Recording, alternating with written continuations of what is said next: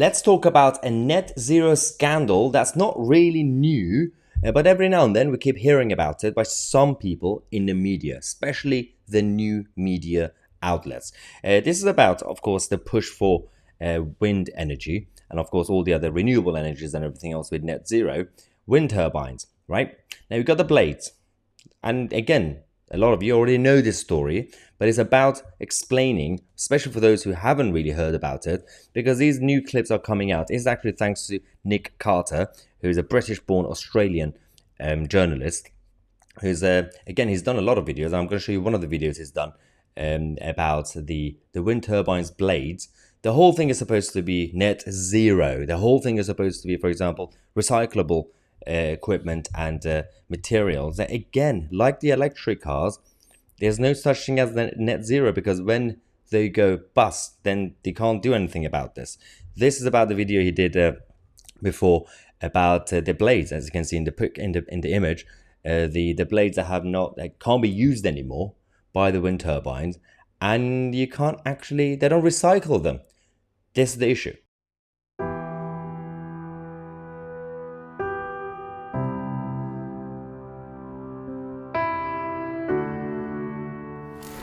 Coming through here because I've been told that there are old turbine blades that have been just dumped here.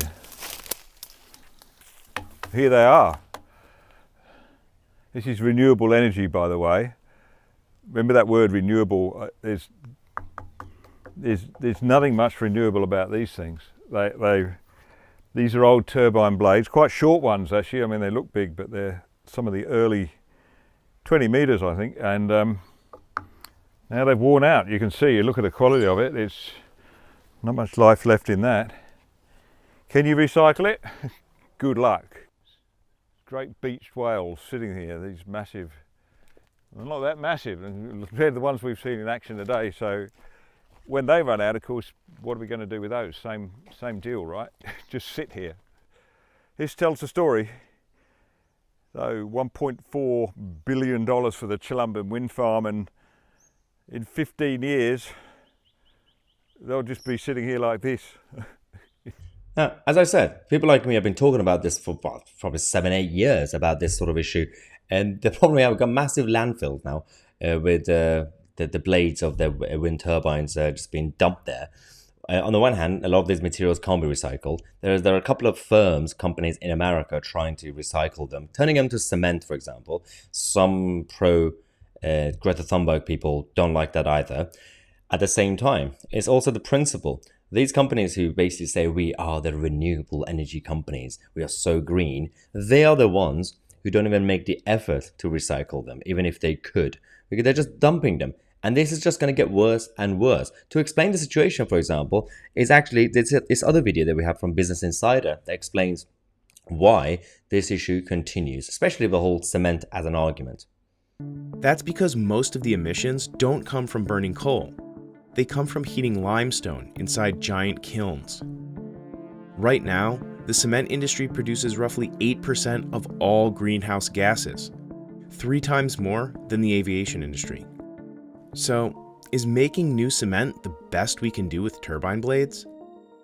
It might not reduce emissions from cement making, but it still prevents the blades from ending up in landfills. Yeah, but it's still not reducing emissions from cement making. It's like they didn't think it through when they came up. I mean, the ones behind the ideas, the projects, they actually started in the late 19th century. They're the first wind turbines and everything else. And they kept pushing it. No one thought, you keep saying renewables. How renewable is your renewables? This is the main question. Now, the European Union are kicking off. We've been kicking off since, 2021. They did the press release saying that the wind industry calls for a Europe-wide ban on landfilling turbine blades. Yeah, it's a very good call. What are you going to do with them? So there are some ideas.